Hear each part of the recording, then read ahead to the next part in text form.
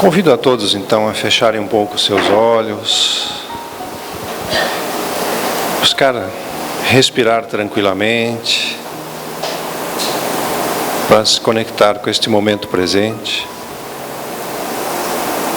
conectar o nosso coração com as energias que os bons espíritos dessa casa nos proporcionam, colocar também as nossas boas energias neste ambiente, para que todos possamos usufruir desses sentimentos de paz, de amor, de bondade, que proporcionam a nossa saúde, a nossa recuperação espiritual, nosso equilíbrio,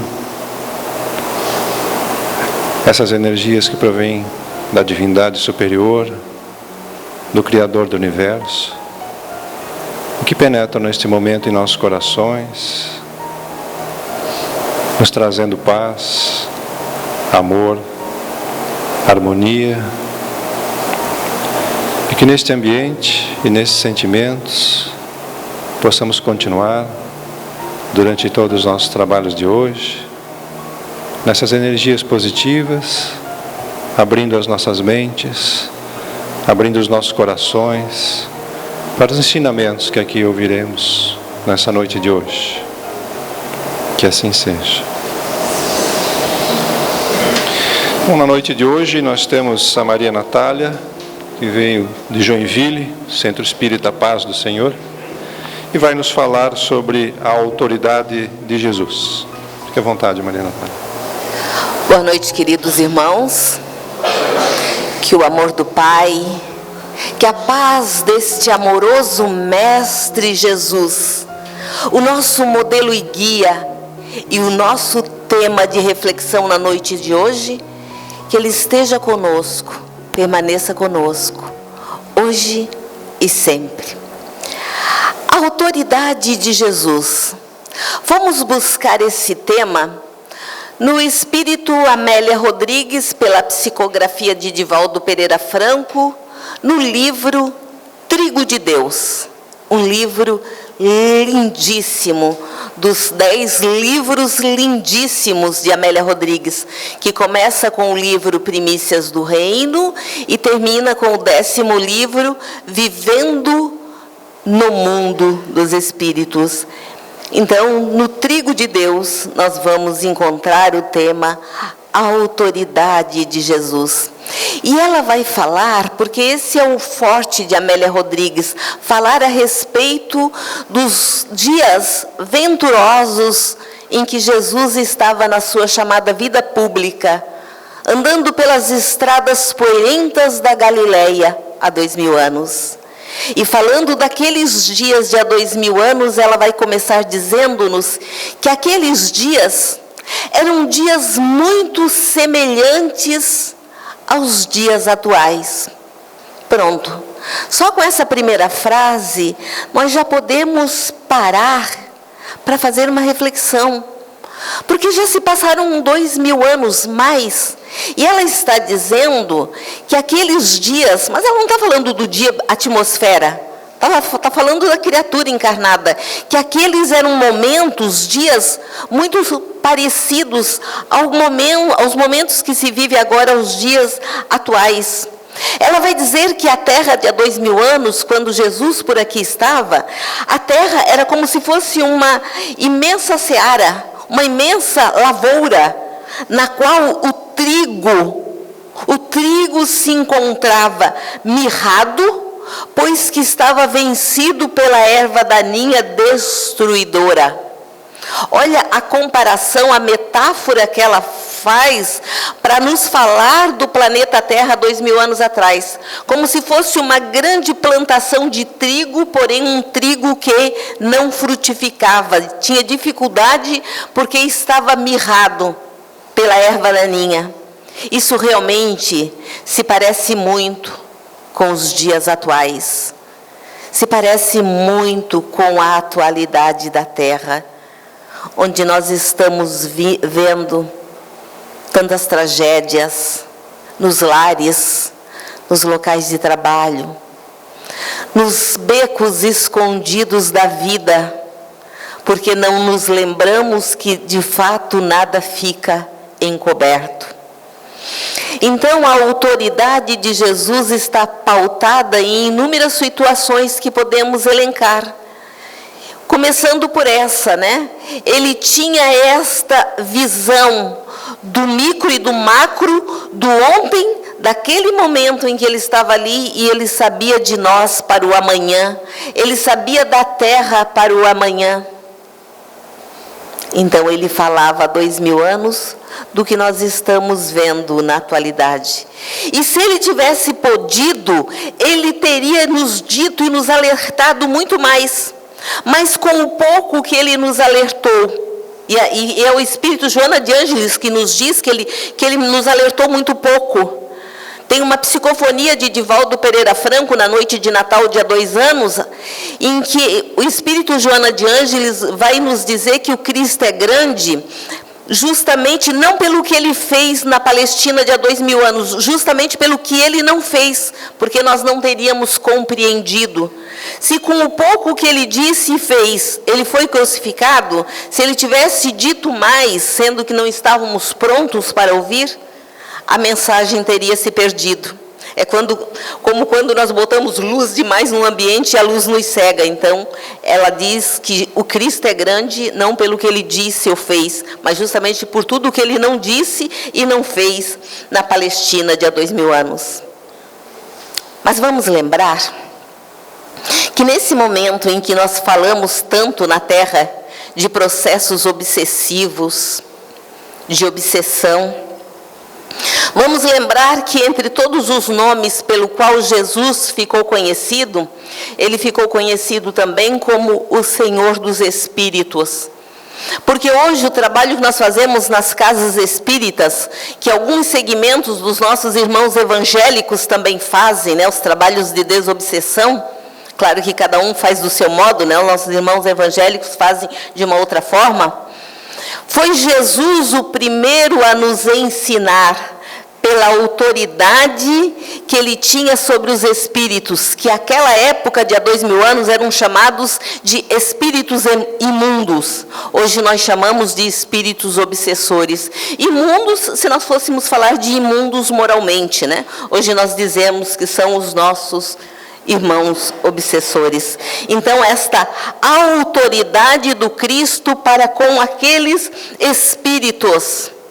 Vamos lembrar, porque os evangelhos estão cheios de passagem, que se o espírita for prestar atenção, vai ver, nossa, mas aqui Jesus estava fazendo um processo de desobsessão, aos moldes que a doutrina espírita nos ensina. Mas vamos lembrar de um episódio.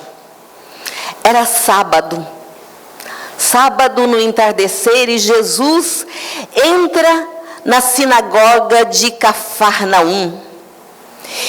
E um espírito que tomava um homem, portanto, um espírito que obsediava aquele homem, levanta esse homem. Então, a força desse espírito que faz com que o homem levante. Na hora que Jesus entra pelo corredor, o homem tomado pelo Espírito levanta-se, e o Espírito diz. Claro que as pessoas que estavam ali achavam que era o homem que estava falando, né? Mas Jesus sabia, porque ele tinha e tem olhos de ver, né?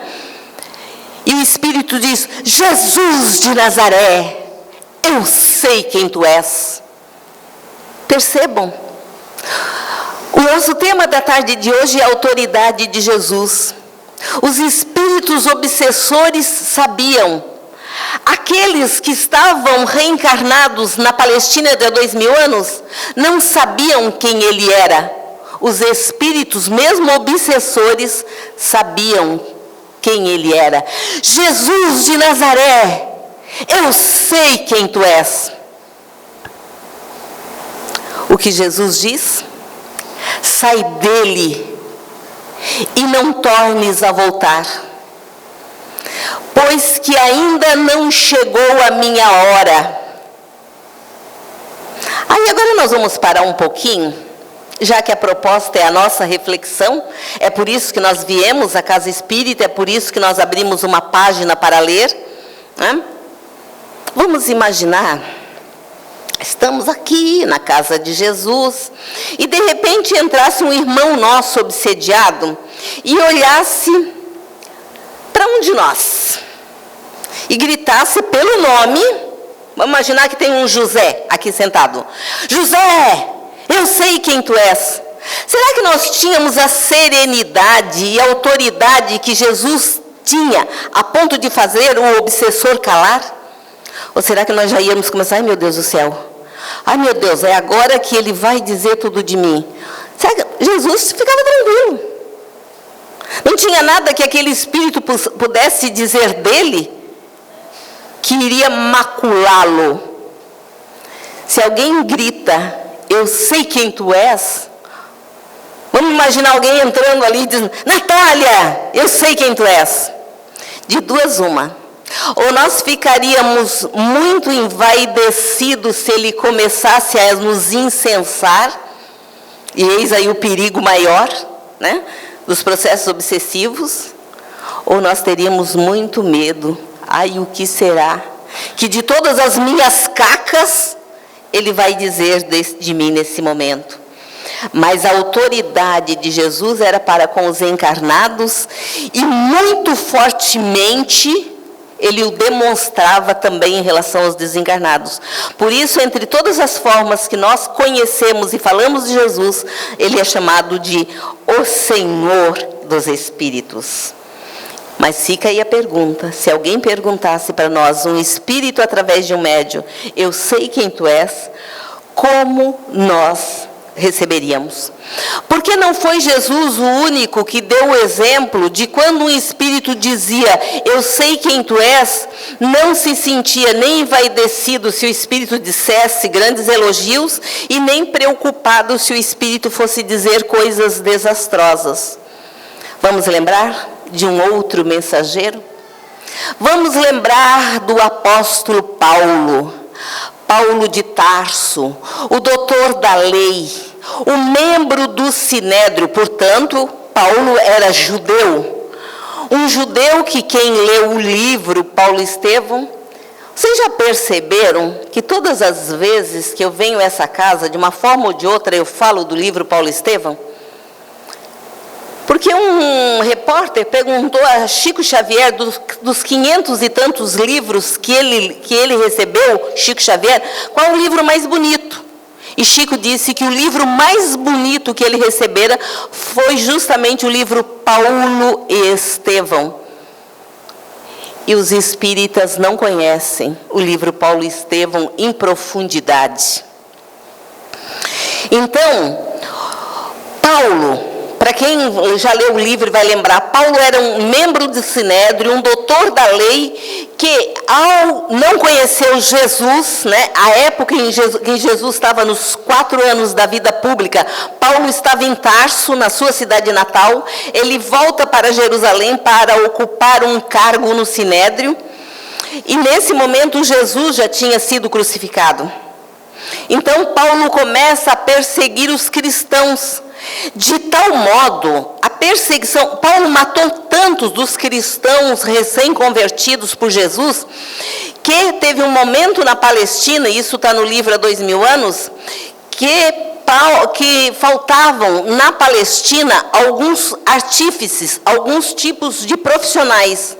O livro Paulo Estevão, que também fala desse assunto, dá o exemplo de padeiros e pedreiros. Teve um momento que a grande cidade murada, chamada Jerusalém, ficou em falta de padeiros, e o pão era o alimento principal, e pedreiros, porque ou Paulo tinha mandado matar, ou tinham fugido de Jerusalém por medo da perseguição de Paulo aos cristãos.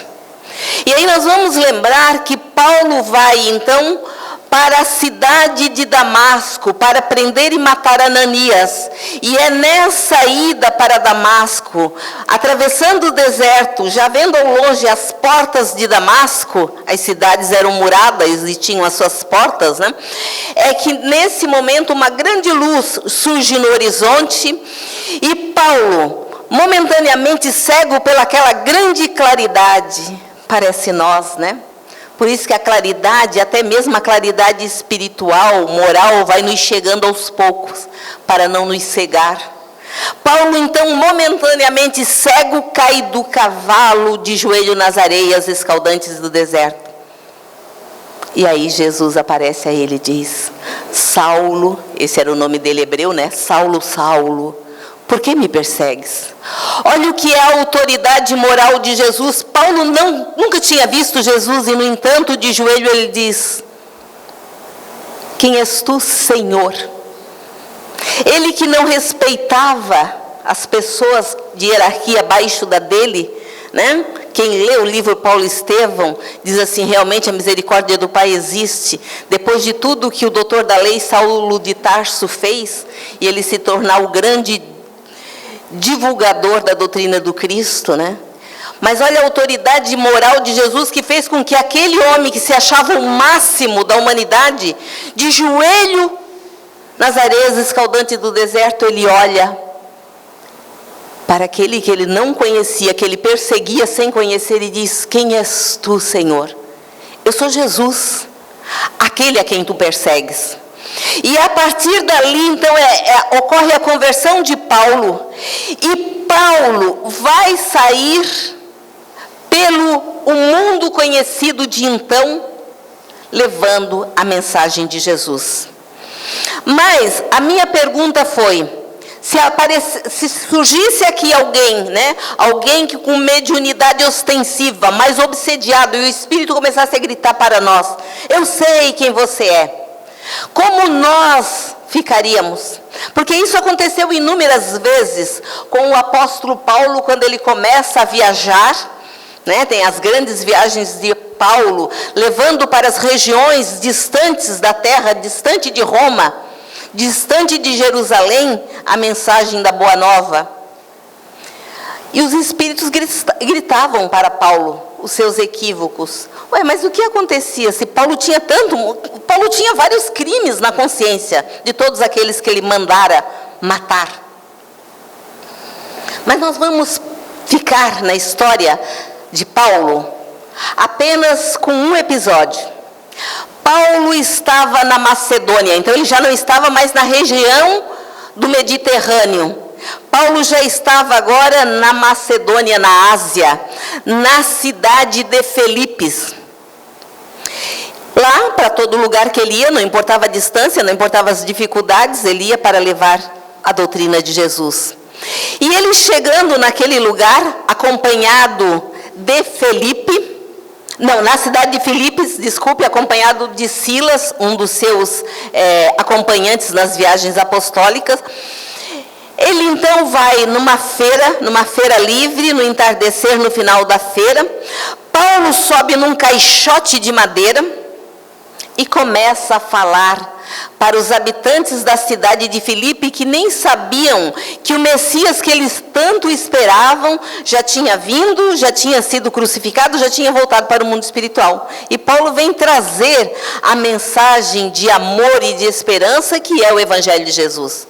Porque o Evangelho de Jesus é uma carta de esperança e de amor por todos nós. E Paulo começa a falar, quando de repente, próximo da praça, numa casa, abre-se as portas da frente da casa e de lá de dentro sai uma jovem, visivelmente tomada pelo espírito, visivelmente obsediada. E ela vem para o meio da praça, interrompe a fala de Paulo, gritando assim. Está no livro Paulo Estevão: recebei-o esses homens, e aponta para Paulo e Silas, pois que esses não são homens, em verdade, esses são anjos do Altíssimo. Recebei-os, recebei. E essa mulher grita tanto que ela impede Paulo de falar. Mas ela dizia que eles eram mensageiros de Deus, do Altíssimo. No entanto, ela grita tanto que Paulo não consegue falar. Paulo desce do caixote, não dá mais para falar, e a pregação de Paulo então é interrompida. No segundo dia, no momento em que Paulo começa a sua preleção, a trazer o amor e a esperança de Jesus para aquela população da cidade de Filipos, novamente aquela casa perto da praça, as portas se abrem e sai de novo aquela jovem, gritando para as pessoas na praça: recebei-os! E apontava para Paulo e Silas: recebei-os! Eles não são homens, eles são anjos vindo do Altíssimo. E ela grita, parecendo que estava ajudando, né? E aí Paulo desce do caixote e, mesmo sem falar a ninguém, nem mesmo ao companheiro Silas, ele começa a fazer uma sindicância, uma averiguação sigilosa a respeito de quem era aquela jovem.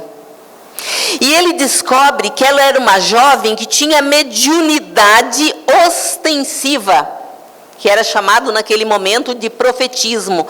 Ela tinha uma mediunidade muito ostensiva, e ela fora trabalhar na casa da família que morava ali naquela residência, e a família, ao perceber que ela tinha mediunidade, começou a explorar a mediunidade da jovem para eles ganharem dinheiro, os patrões. E de vítima que ela era no começo, dali a pouco ela virou sócia.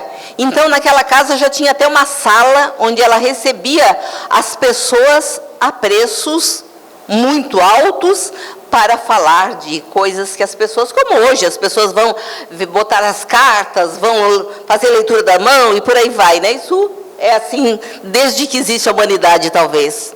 Então, agora Paulo, munido dessas informações, na terceiro entardecer, ele vai para a praça, sobe no caixote e começa a contar a vida pública de Jesus.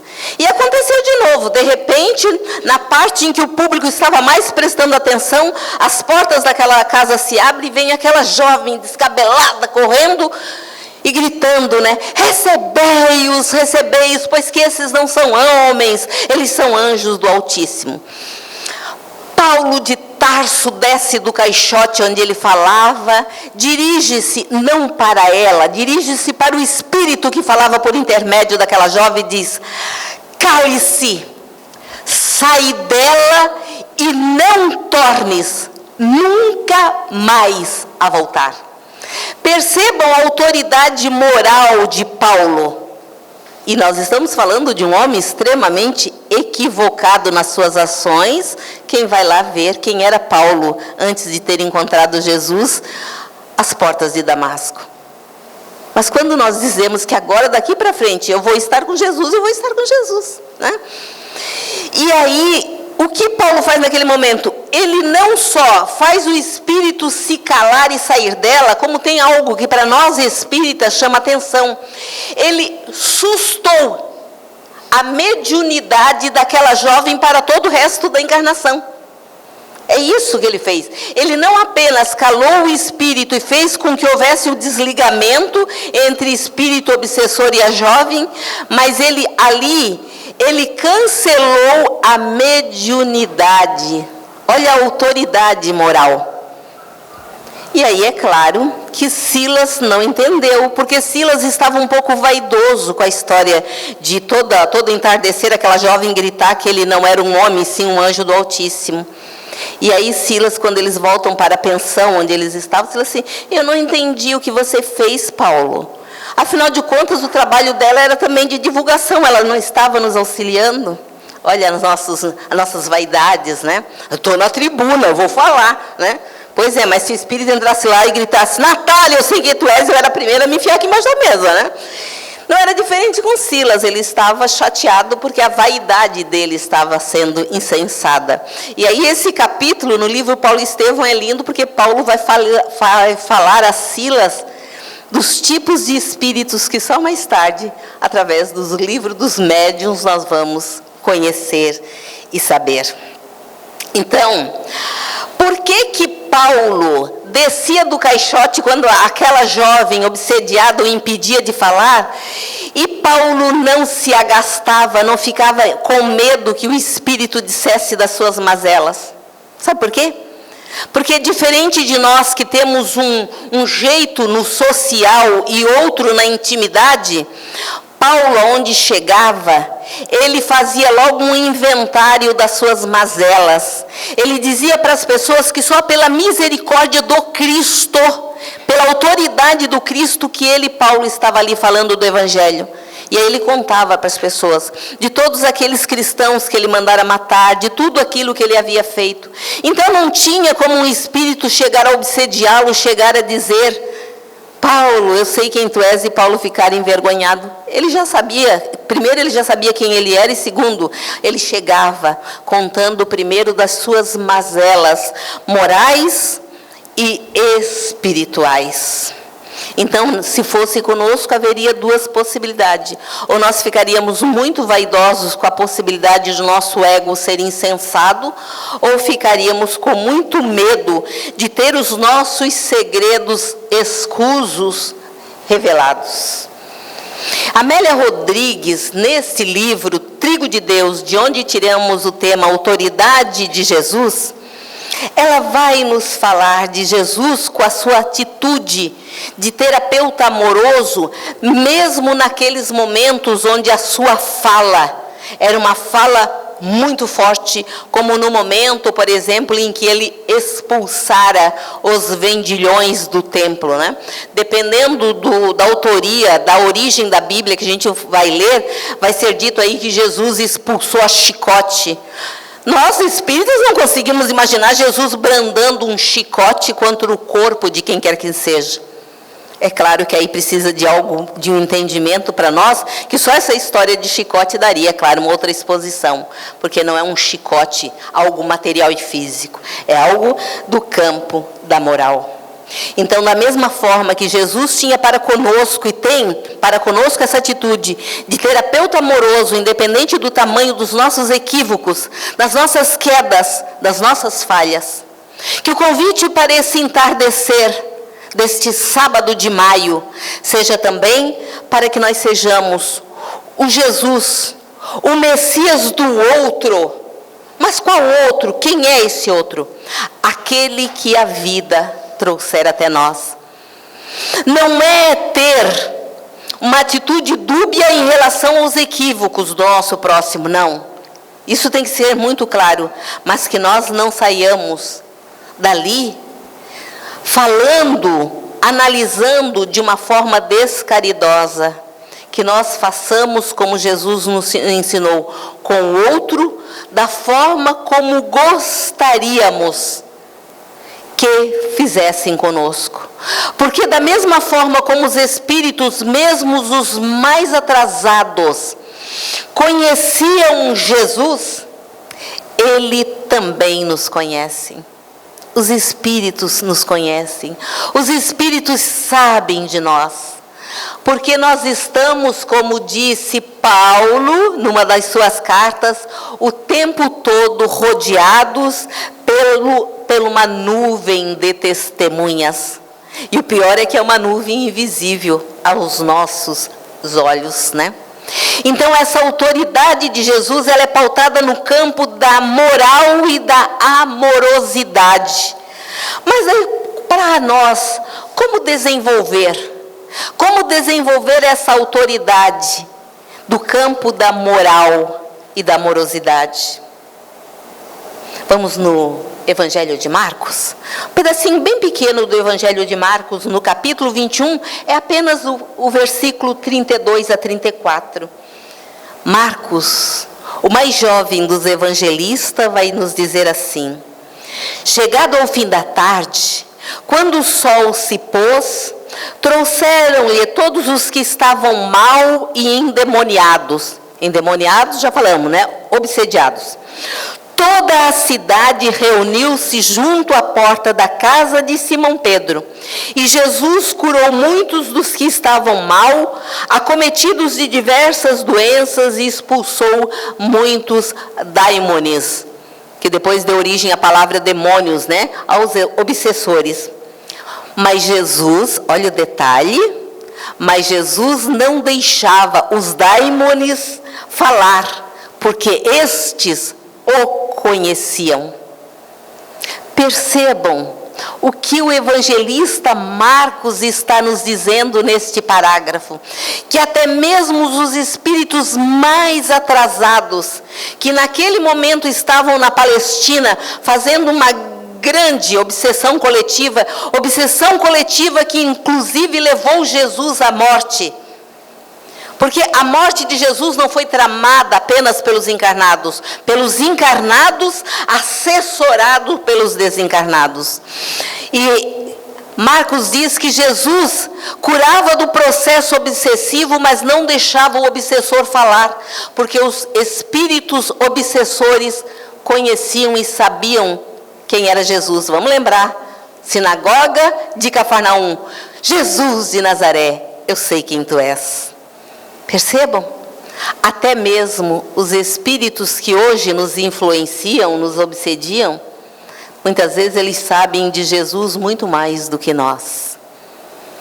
Mas Marcos começa esse versículo 32 do seu evangelho dizendo assim, ó: chegado ao fim da tarde, quando o sol se pôs. Então Jesus trabalhava, às portas da casa de Pedro no final do dia, atendendo. Chegado, é poético, chegado ao fim da tarde, quando o sol se pôs.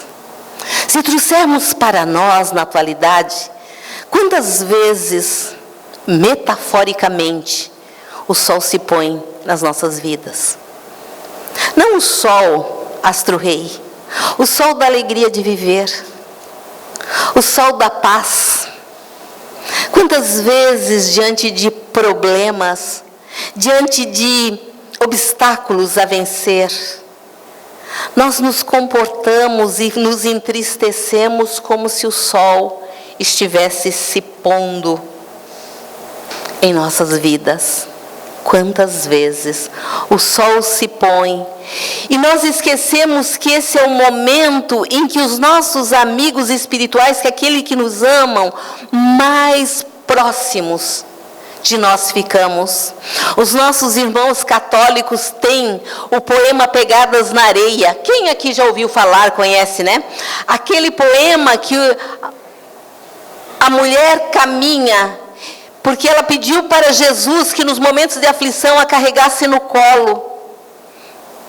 E aí ela vê que nos momentos mais atribulados da sua passagem pela vida, nos momentos de mais dor, quando ela olhou as suas pegadas na areia, só tinha um par de pegadas. E ela reclama dizendo: Senhor, nos momentos de maior dor, tu não estavas comigo, pois só tenho um par de pegadas. São as minhas pegadas no momento em que te carreguei no colo. Então é nos momentos em que o sol se põe na nossa vida. Será que nós temos lembrado de chamar por Ele, de chamar pelos nossos amigos espirituais, pelo nosso mentor, também chamado de anjo guardião? Que encarnação nós estamos vivendo? Portas adentro do coração, portas adentro dos sentimentos. E mais, que encarnação nós estamos preparando hoje para a próxima vez que voltarmos à Terra? Vamos lembrar que a nossa estada na Terra hoje, ela é fruto dos nossos investimentos e todas as nossas situações do hoje, mas nós temos hoje a colheita das encarnações que passaram. E ao mesmo tempo nós temos hoje o trabalho, o projeto, construir o projeto da próxima encarnação. Já paramos para fazer essa reflexão? Quando eu voltar à Terra, ou a um outro mundo equivalente, que tipo de encarnação eu terei? Portanto, que tipo de encarnação para o amanhã eu estou preparando hoje? Quando eu digo quando nós voltarmos a um mundo equivalente à Terra, é porque nós, os espíritas, sabemos que a Terra está saindo da sua condição de mundo de expiações e de provas, a Terra está assumindo a maturidade de transformar-se em mundo de regeneração. E aí nós estamos sendo convidados para sermos trigo de Deus, que é o título do livro, como dissemos, de onde tiramos a fala desta noite.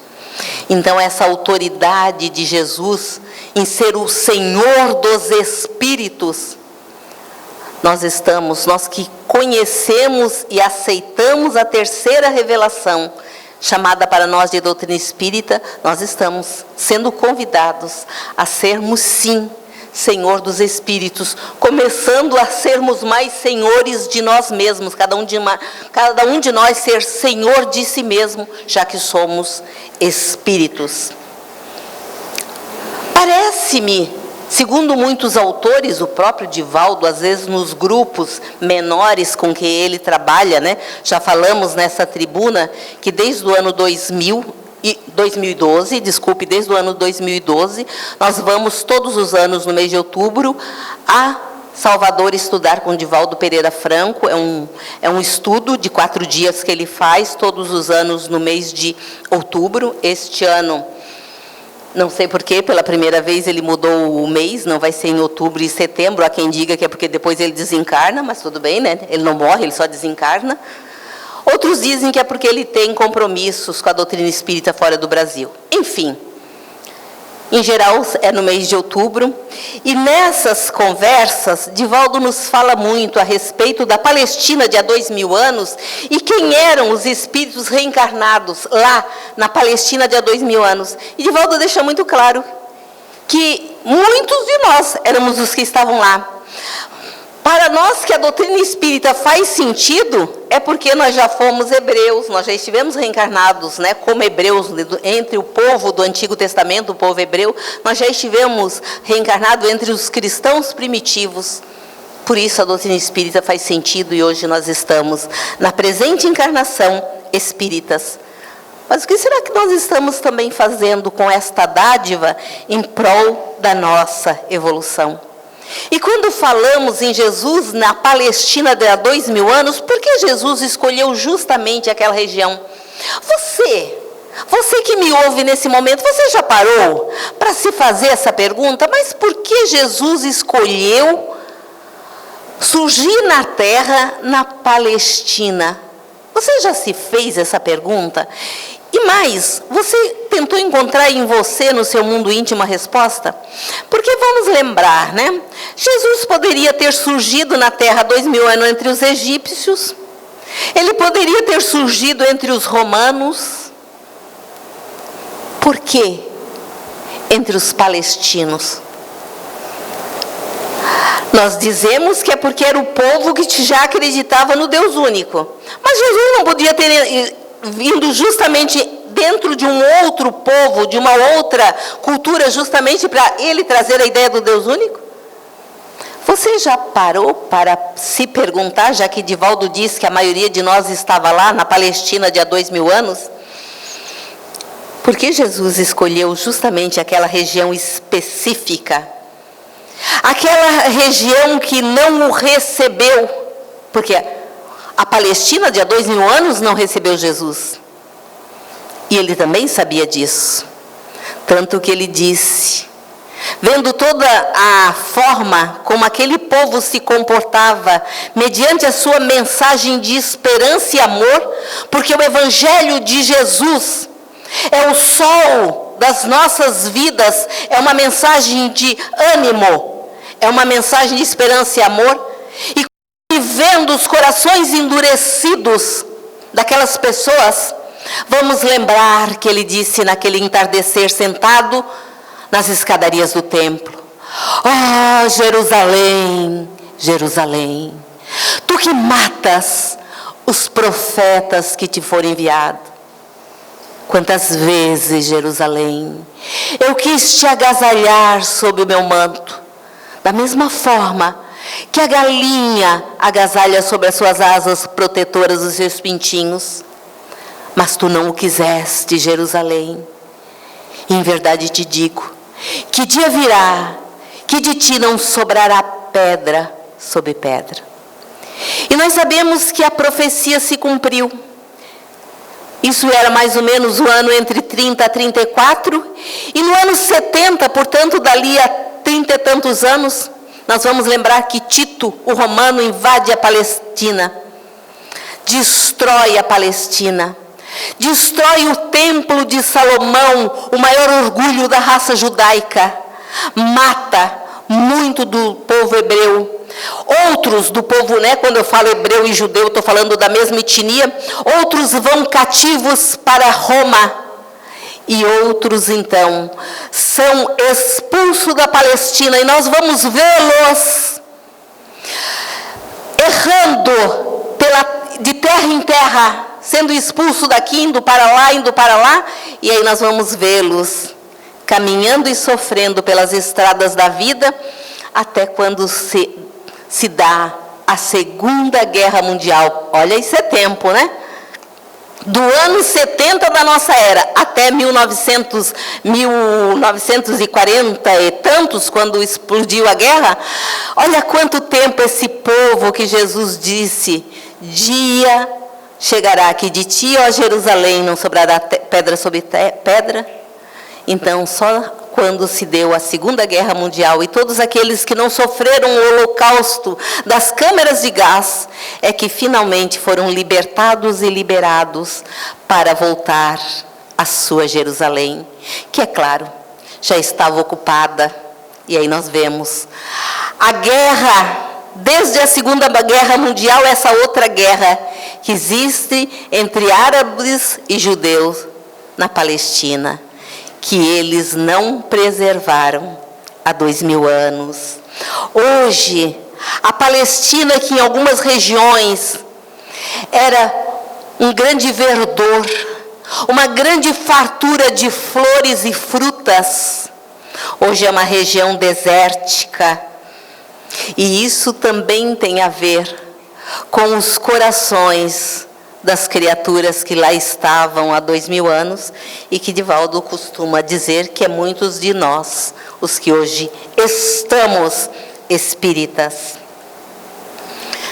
Hoje, um deserto, a Jerusalém de há 2000 anos, como talvez deserto era o nosso mundo íntimo, mas que estamos sendo convidados para fazer germinar em nossa vida, em nossos corações, a semente do amor, a semente do Evangelho, germinar em nós a semente da paz. Já paramos para pensar por que foi um espírita que instituiu na terra inteira o movimento, como é que se chama? Você e a paz. É porque provavelmente nós temos muito débitos com a humanidade quando o assunto é a paz, a pacificação íntima. Porque, como diz a estrofe do hino, você e a paz no mundo começa, a paz que eu quero no mundo começa em mim. Então, para que um dia nós tenhamos a autoridade de Jesus, e teremos, porque Ele disse, sois deuses, no futuro fareis tudo o que faço agora e muito mais. Então Ele nos disse que nós também temos o DNA divino, que um dia nós vamos fazer todas as curas, todas as ressuscitações daqueles que não estavam mortos, mas iriam fatalmente morrer porque estavam tomados pelo sono da catalepsia. Jesus não trouxe à vida aquele que o corpo já tinha morrido. Não é assim. Nós, os espíritas, sabemos. Eram aqueles que fatalmente iriam morrer porque naquela época não se conhecia ainda a doença chamada catalepsia, que só na Londres, na Inglaterra, séculos depois é que faz ser descoberta a causa da catalepsia. A bebida que era alimento entre o povo hebreu e os povos antigos era a cerveja e o vinho. E eles tomavam cerveja e vinho em copos e canecas de estanho. E só muito tempo depois, na Inglaterra, por ser uma ilha, então as pessoas eram enterradas e logo depois desenterradas para levar para um monturo comum, para desocupar, porque não pode usar uma ilha para fazer um cemitério atrás do outro. Vamos lembrar que na Idade Média as pessoas morriam muito jovens, as crianças, os recém-nascidos morriam com muita facilidade. E eles começaram a perceber que quando eles iam abrir o túmulo, muitas vezes o falecido, o defunto que estava lá dentro, estava todo rasgado, a roupa, estava virado ao contrário, virado de bruço, e eles começaram a se dar conta que acontecia alguma coisa em que as pessoas eram enterradas, acreditando que estava morta e não. Não estava. Isso para nós fazer um link com todos aqueles que Jesus ressuscitou, né? E aí eles descobriram que a questão era os copos e canecas de estanho em contato com a levedura do vinho e da cerveja. Isso fazia um depósito de micropartículas no cérebro e as pessoas passavam a sofrer ataque de catalepsia. Como elas ficavam imóveis e demoravam a voltar, muitas delas eram enterradas durante a catalepsia. Quem aqui já ouviu, enquanto vocês pensam, eu vou tomar um golinho de água. Quem aqui já ouviu a expressão salvo pelo gongo? Todos? Pois é, salvo pelo gongo vem dessa época, não da época de Jesus, tá? Na época, já na Idade Média, quando na Inglaterra se descobriu que eles estavam enterrando pessoas vivas. Então, o que eles fizeram? Criaram um sistema de um orifício no túmulo e amarravam um cordão forte no pé, no calcanhar do defunto, e isso saía para fora do túmulo e ficava num sino leve, né? E ficavam, e aí veio também uma nova profissão, a profissão de coveiro ficar de plantão no cemitério. E aí, se o defunto acordasse, naturalmente ele ia se mexer por conta da falta de ar, né? E o sino tocaria e ele seria salvo pelo gongo. Vem daí, então. Então, vamos lembrar que Jesus, à sua época, salvou muitos de serem enterrados quando só estavam sob efeito de uma crise, de um ataque de catalepsia. Então, olha quanta coisa Jesus fez, nos ensinou e disse que não diria e não faria mais porque nós não conseguiríamos compreender naquela hora. Mas Ele deixou claro que viria o Consolador.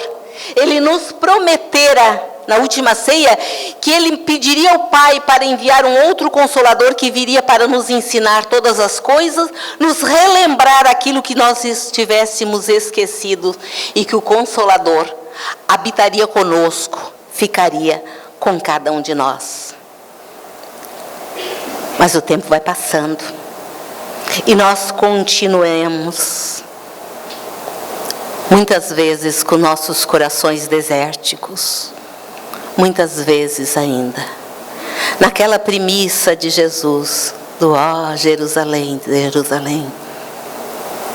Quantas vezes eu quis te agasalhar sobre o meu manto. Os nossos amigos espirituais estão aí, a convite de Jesus, a nos intuir, a nos animar, a tentar nos proteger e nos agasalhar sobre o manto da fé. Será que nós finalmente já acordamos? Será que nós finalmente já começamos a desenvolver em nós uma autoridade semelhante àquela que Jesus viera nos ensinar, exemplificando? Fica para nossas reflexões. Uma boa noite, queridos irmãos, e muita paz. Nós agradecemos a Maria Natália pela exposição de hoje, que nos faz refletir bastante, especialmente sobre esse tema, né? A autoridade do nosso Mestre Jesus. Muito obrigado. Desejamos um bom retorno, Senhor.